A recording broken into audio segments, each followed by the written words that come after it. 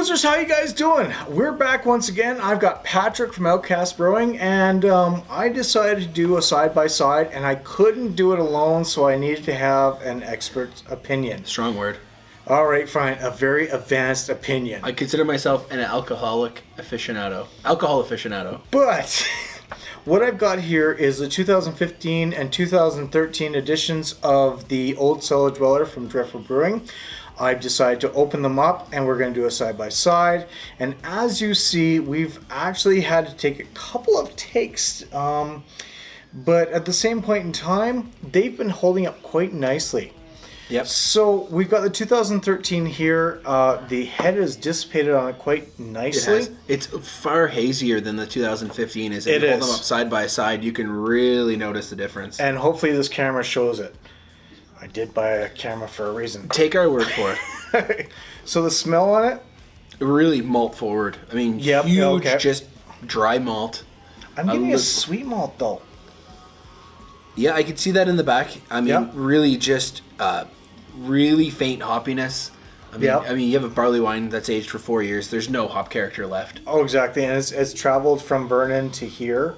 Thanks to Village Green Brewery. I don't want to break it to you, but that 8 hours of travel isn't what made the hops dissipate.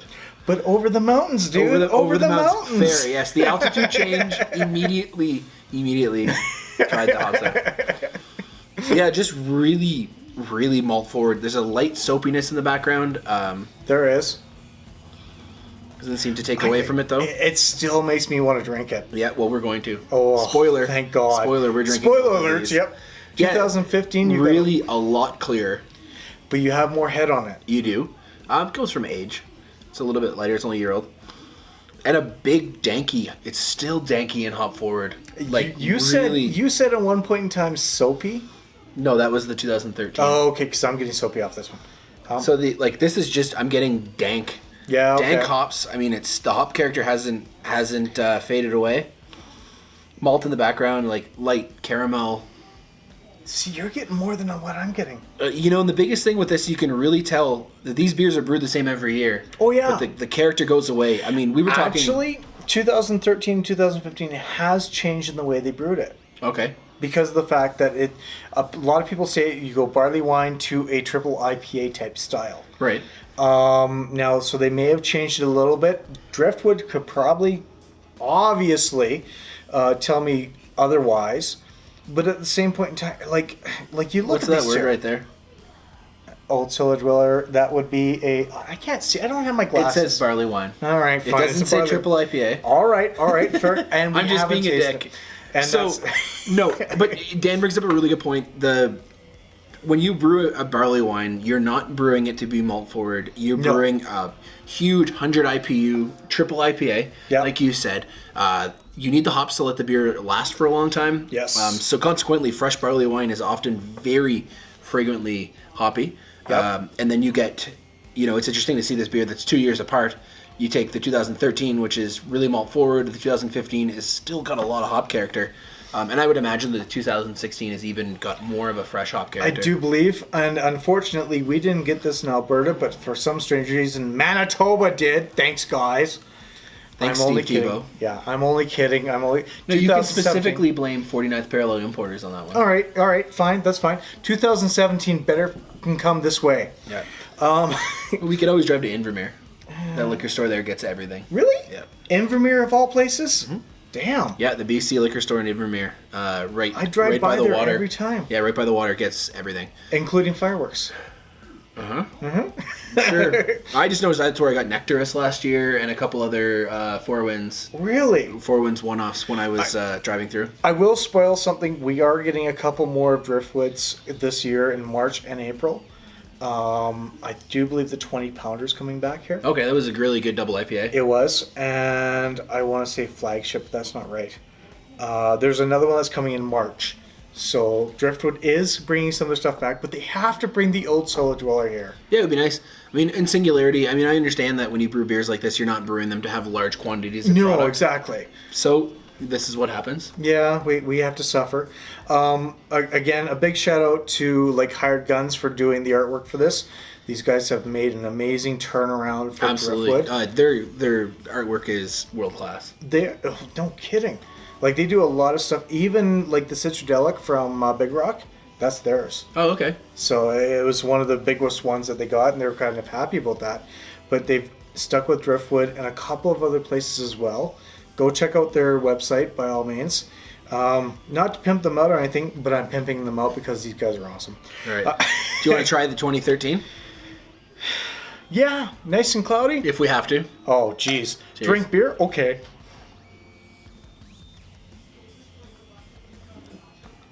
Oh, my. This is so smooth. Oh, my. It's like a peppermint taste to it. Mm-hmm. With just sweet malt, really caramelly, tangerine smooth. Back note, too. Yeah, I get that, too. It's really lightly fruity and smooth. Wow, where'd the peppermint come from? I got that too, but where, like on the very back note? Yeah, I don't know. That's a mystery. Wow, that's kind of cool. Yeah, it's one of those mysteries. Like, why is the world flat?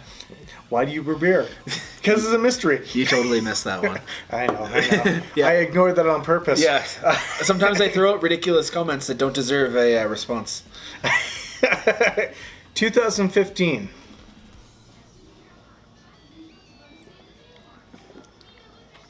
It's totally an IPA.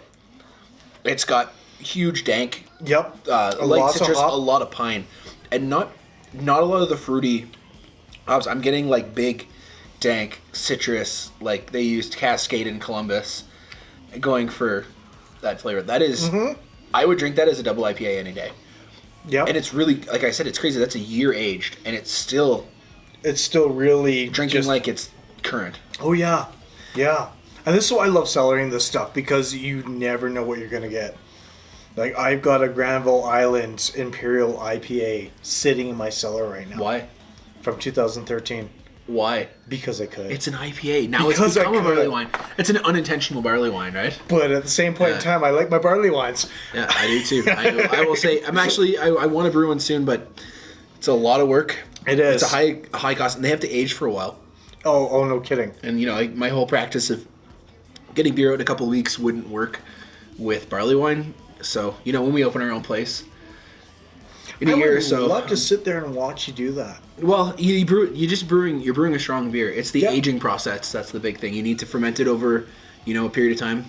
Pull it off the yeast and let it condition for, 3. I think Alley Cat conditions Old Deuteronomy for 6 months in tanks. Yeah. I would probably after 3 months throw it in a barrel. Yeah, no, I would too. Or a portion and then keg condition it. Yep. Do side by side of what the barrel aging does. That's totally on the radar for what we want to do when we go to the next step, whenever that is. So, would you actually say this is actually a different style altogether? Well, okay, I realize that the beers were brewed to be the same. Yes. But yeah, I mean, if I were to blindly taste these beers, I would say that this is a double IPA, this is a barley wine. Would you even class it as a triple IPA, though? Seeing as a triple IPA is not a style. No, I would not. Fair enough. No, I think it's like I think it's 11%, 11.4. 11.4 and 11.6. They're 0.2 apart. Yeah, and that can just be how the yeast behaved. Pretty much. But it also could be the way they've brewed it to condition themselves to the current year. Because a lot of brewers, and I see this, not saying yourself, obviously, but a lot of brewers condition themselves to the way that the trends work. And Driftwood's done that a lot. Like, they go from an IPA, they pimp their fat tug like there is no Tug life. Exactly. Right. Hashtag tug life. Hashtag tug life. And they do that because that is their staple beer. Right. But they also do these one-offs, like the Old Cellar Dweller, like the one with the nun on it. It's like they've got all these different kinds, and it's just amazing to see. You see this? No, actually I didn't. There's mold underneath the wax. And this is last year's stuff. It hasn't affected the beer. No, but there's mold under the wax. Yeah, it's like fuzzing out of the wax. Damn. Hey, Driftwood, we need to talk. That's all right. I love me some molds. Yeah, well, you know what? You eat cheese? I eat cheese. Let's not knock mold then. No. Do you have basically penicillin? I've never used it, but that's why we have penicillin. Let's not mock molds then. Yeah, we're not going to mock molds. Good job, Driftwood, on including some mold we can enjoy. I feel better already You know what? about I don't my mind. health. Underneath the wax is fine. Oh yeah, I know It could have exactly. been just some moisture that snuck in there, And that's the thing. Like you have, like when you brew down in Victoria, you have a big climate that's got a lot of moisture in it. Mm-hmm. Like the humidity is huge. it really is. Yeah, I grew up on the East Coast. I know all about that humidity. Coming out here, I grew up in Victoria. it's so dry. Oh, it is. My God, I've had hand cream for some strange reason because it's so fucking dry out here. And that reason isn't because you're lonely. I'm getting married in August, so obviously not. But I mean, between the two, there is such a variety and such a difference. Yep. It feels like two different beers. It does, but it's the same one. And I can see, like, from Mike's Mike's craft beer review, whatever it is. Sorry, Mike, I've been drinking. Sorry, Mike, I've never heard of you. You actually have. You probably have, one way or another. You have. Okay. Sorry, Mike, I've heard of you one way or another. Yeah, exactly. We've been drinking. But like he called the 2015 pretty much a triple IPA. Double IPA is what you called it yourself. Well, you can call it whatever you want, man. I call my beer an Imperial Pale Ale. That's not a style. No, but at the same point in time, would you call it a barley wine? That's tough. Because okay. It is a barley wine, but it's a fresh barley wine. All right, let's take it down a notch and say European barley wine, American barley wine. Because American barley wines have more hops in them. You're right. Well, but British barley wines have the same amount of hops. They're just using British hops, which tend to have that really sweet taste. Yeah. Like, a little bit of bitterness, but not much, right? They're really low alpha acid hops and whatnot. So it's tough to say. I mean, if I was to, like I said, if I was to side by side these blindly, I would say they were two different beers. Yep. And that's a double IPA and that's a barley wine. That being said, having poured them myself, I know what they are. I'm just really surprised that the 2015 hasn't fallen off yet. I mean, You're looking at a year in the bottle and it's still dank. And it's like... over a year in the bottle. Yeah, and it's wicked dank. I love that smell sometimes. But I get a little bit more maltiness now that I'm sipping it a bit more. Yep. It's like a malty dank.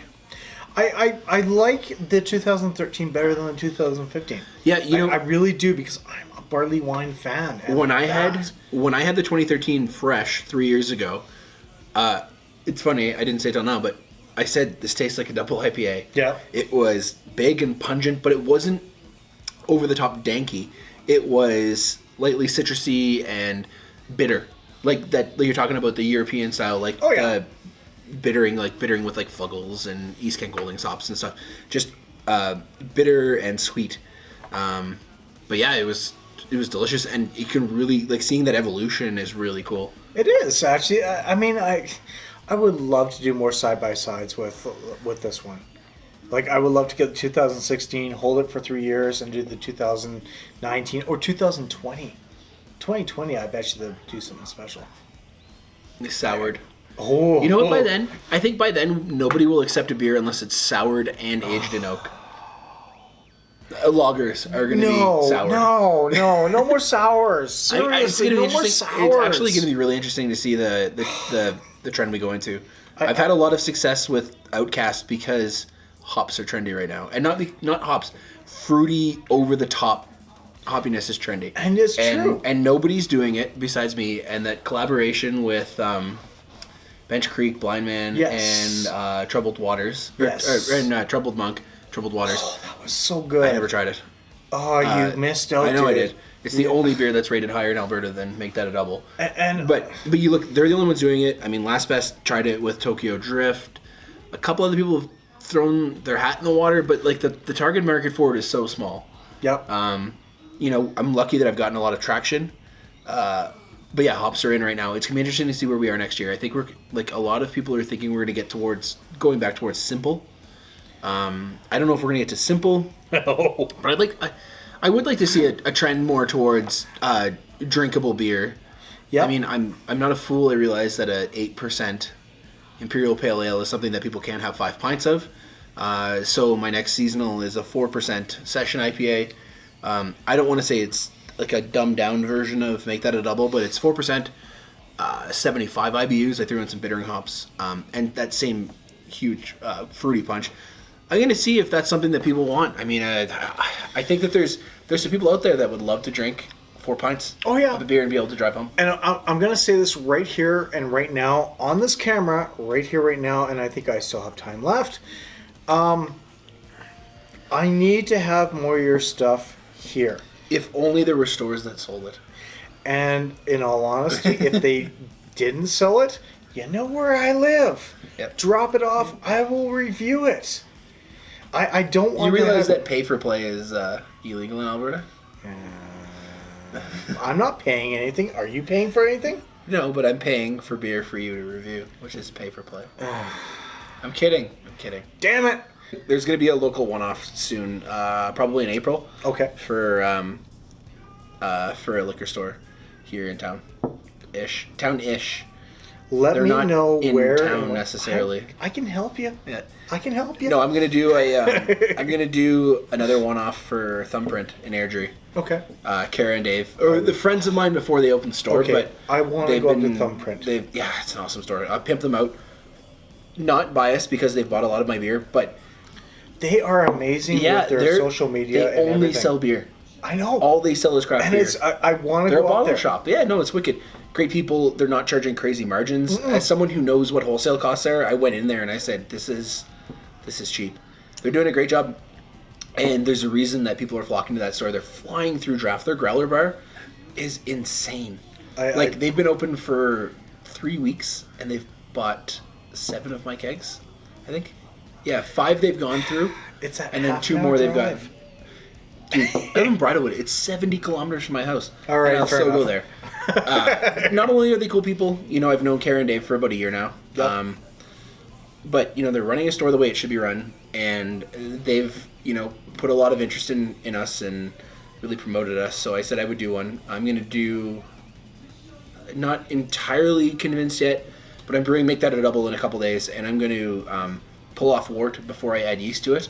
Okay. Ferment Make That a Double with Sac Trois, which is a new kind of like funky yeast blend, and then dry hop it the same way, but just ferment it. Do something completely different. So ferment the beer with a different yeast strain and see how it turns out.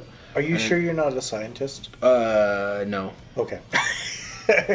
No. The way that you do the different strains and the different hops and everything is amazing. Yeah, it's a lot of research and just learning how things work. I mean, it's if you can follow a recipe, baking, you can make beer.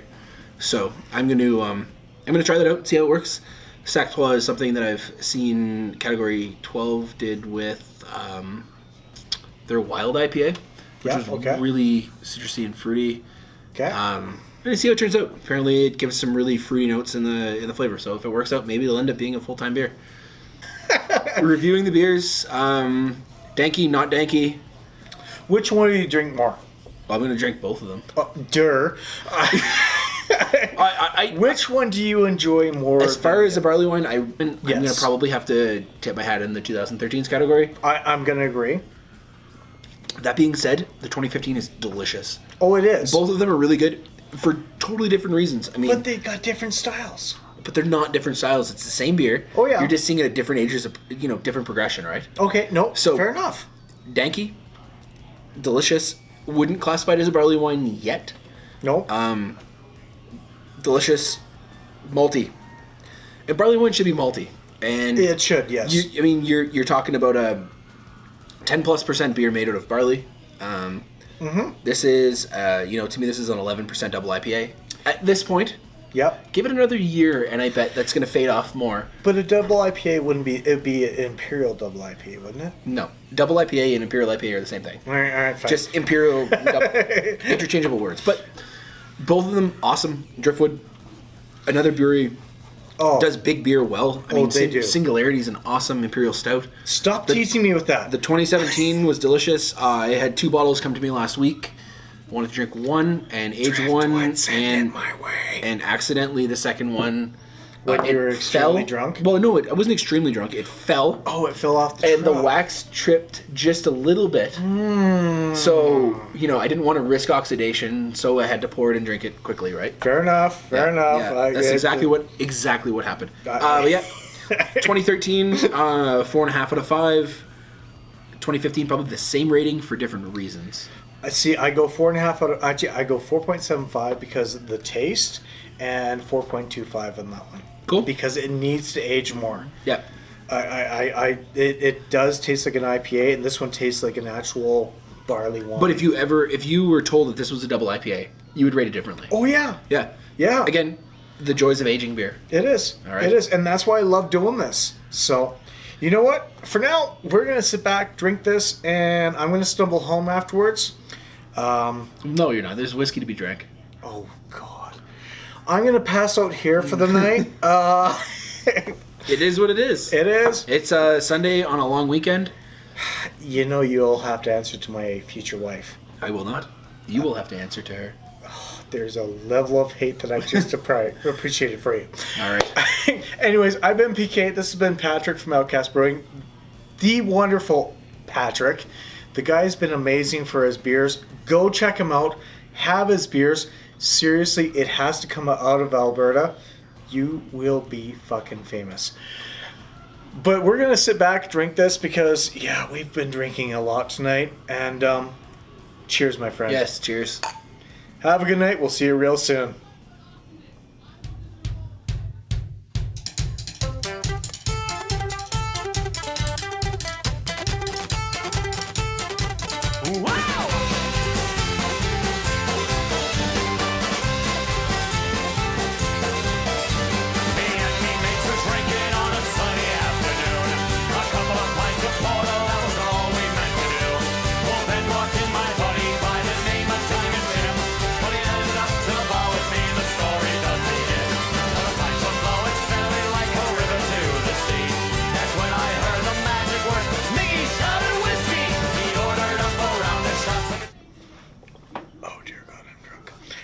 I'm not, but what is it?